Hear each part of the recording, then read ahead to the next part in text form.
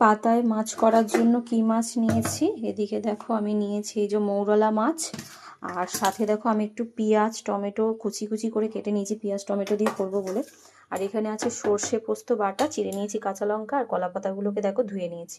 তো এটাকে ম্যারিনেট করে নেবো এবারে। তার জন্য দেখো প্রথমে দিয়ে দিচ্ছি আমি এখানে নুন, একটু হলুদ দেব, সামান্য একটু গুঁড়ো লঙ্কা, আর এইগুলো সবটা দেব। আর এখানে কিন্তু মশলার সাথে সাথে যেটা বেশি ইম্পর্টেন্ট সেটা হচ্ছে সরিষার তেল। তো সরিষার তেলটা কিন্তু এখানে একটু বেশ পরিমাণে দিতে হবে, দিয়ে দিলাম। আর এবারে দেব এখানে এই বাটাটা। চলো এটাকে হাত দিয়ে ভালো করে মেখে দিই। এটা অনেক দিন ধরে ইচ্ছা ছিল করার কলা পাতায়, তো শরীরটা তো সেইভাবে ভালো থাকে না, তাই জন্য করা হয়নি। আজকে এটা করব বলে ঠিক করেছি। তোমাদের দাদাভাই সকালে পাতা কেটে দিয়ে গেছে, তো এটাকে একটু মাখিয়ে রেখে দেব।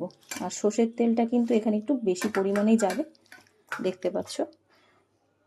আর এই চিড়ে রাখা কাঁচা লঙ্কা ওপর থেকে দিয়ে দেবো।